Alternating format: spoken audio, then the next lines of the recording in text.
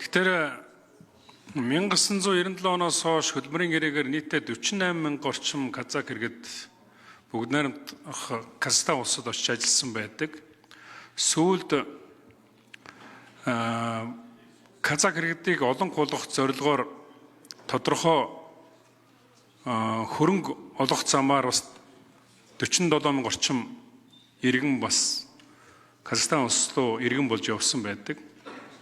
Тэгээ ингээд үзэхдээ 95 мянга орчим одоо казак иргэдийн асуудал тэндээс босч ирж Монголын яриад болсон энэ эдгээр хүмүүсийн асуудлыг энэ хэлцээрийг хүрээнд шийдэхээр байгаа. Яг Монгол улсад Казахстан улсаас хөдөлмөр эхэлж байгаа хүн бол маш цөөхөн. Тийм учраас энэ одоо хэлцээр бол Монгол улсын хувьд бол маш тийм одоо үр ашигтай ийм одоо хэлцээр болж байгаа. Тийм учраас энэ их хурлын гишүүдийг энэ дээр бүгдээрээ дэмжиж одоо санал авахыг хүсэж байна. За манай Монгол Ардын намынхан сая бүгдээрээ нөө ирээдл суусан байсан яагаад байхгүй байна. За одоо энэ дарга гихтэр л одоо бүгдээрээ орж ирээ суучдаг. Ойрын үед энэ намынхан их хурл болж байгаа ийшээ бас ингээд анхаарах их асуудалтай байгаа бох. Тийм учраас ардсан намынханд бол маш том хариуцлага ирж байгаа.